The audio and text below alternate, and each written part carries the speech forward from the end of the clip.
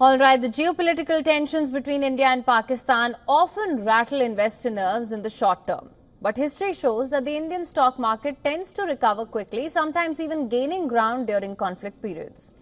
The recent Pahalgam terror attack initially weighed on market sentiment, with benchmark indices falling over the following sessions. Investors are treading cautiously amid speculation about the scale of India's potential military response. But this reaction mirrors past behavior during Indo-Pak tensions. In 2019, following the Indian Air Force's Balakot strikes after the Pulwama attack, the Sensex and Nifty fell briefly, only to recover swiftly the next day. The initial dip was modest, a pattern that played out in several past incidents. Similarly, after the 2016 Uri surgical strikes, markets dropped sharply on the day of the news but stabilized soon after. If you were to go further back, the pattern holds. During the 2008 Mumbai attacks, the Sensex actually rose in the midst of the crisis. And during the Kargil war in 1999, markets not only shrugged off the conflict, they surged. The Sensex jumped 33% during the 3-month war, supported by a broader economic and earnings rebound. Today, despite diplomatic tensions and military activity along the line of control, foreign investors continue to show buying interest in Indian equities. Domestic investors, especially high net worth individuals, have turned more cautious, creating short-term selling pressure. But unless tensions escalate significantly, a deep correction appears unlikely, according to experts. Market watchers suggest that while volatility is expected in the near term, the Indian equity market typically looks through geopolitical shocks over time, especially when domestic fundamentals remain intact. And for more on this, we're now being joined by Mr. Subhash Chandra Garg, former Finance Secretary of India, joining us live from New Delhi. Thank you so much for joining us. Always a pleasure to have you on the show with us.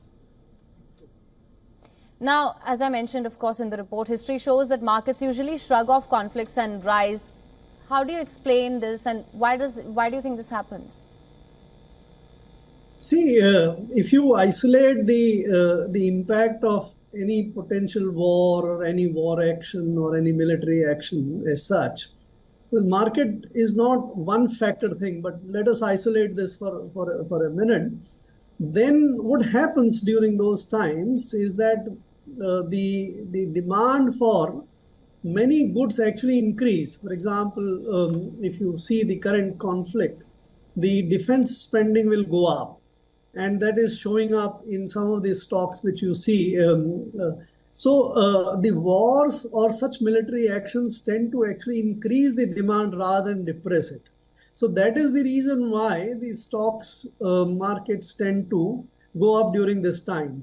However, if there is an actual act of war, when the actual action takes place, there is a destruction, at least in the short term.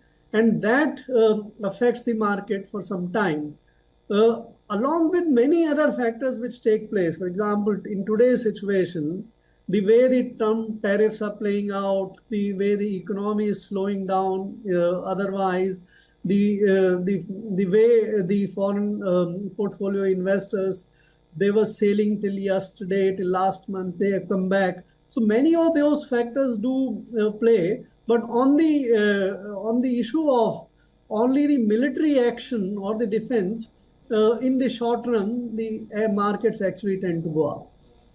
Right, and that being said, which sectors do you think would be most affected in case the Indo-Pak ties thaw from here? See, I don't see the current tensions between India and Pakistan to be actually leading to a war. That's my own opinion. Even the Prime Minister said that the India will pursue the terrorists to the ends of the earth. He has, or no one in the government has said that we will teach Pakistan some lesson or something. Actions initiated are also of the non-war type. We will regulate or stop, or we will suspend the Indus Treaty, etc. So I don't really see any war actually taking place. That is not to say that it cannot happen. It may happen, because sometimes during these times, adrenaline and the passions rise, and some such action, isolated or even otherwise, may lead to war. But in my sense, in my judgment, that is unlikely to happen. With that base case scenario, in my judgment, as we are going to see in times to come, is that this rhetoric of war will also reduce, and there's been very mature response in the country. J&K, this time you don't find anybody sort of talking of sort of getting out of India or Indians being targeted. This action happened by whom in Pahalgam, we don't know. So I don't think this is going to get escalated. If that is the scenario, then the sectors, if you look at, I think what the market is seeing, that some of the defense stocks have started going up because of the expected extra spending thereon.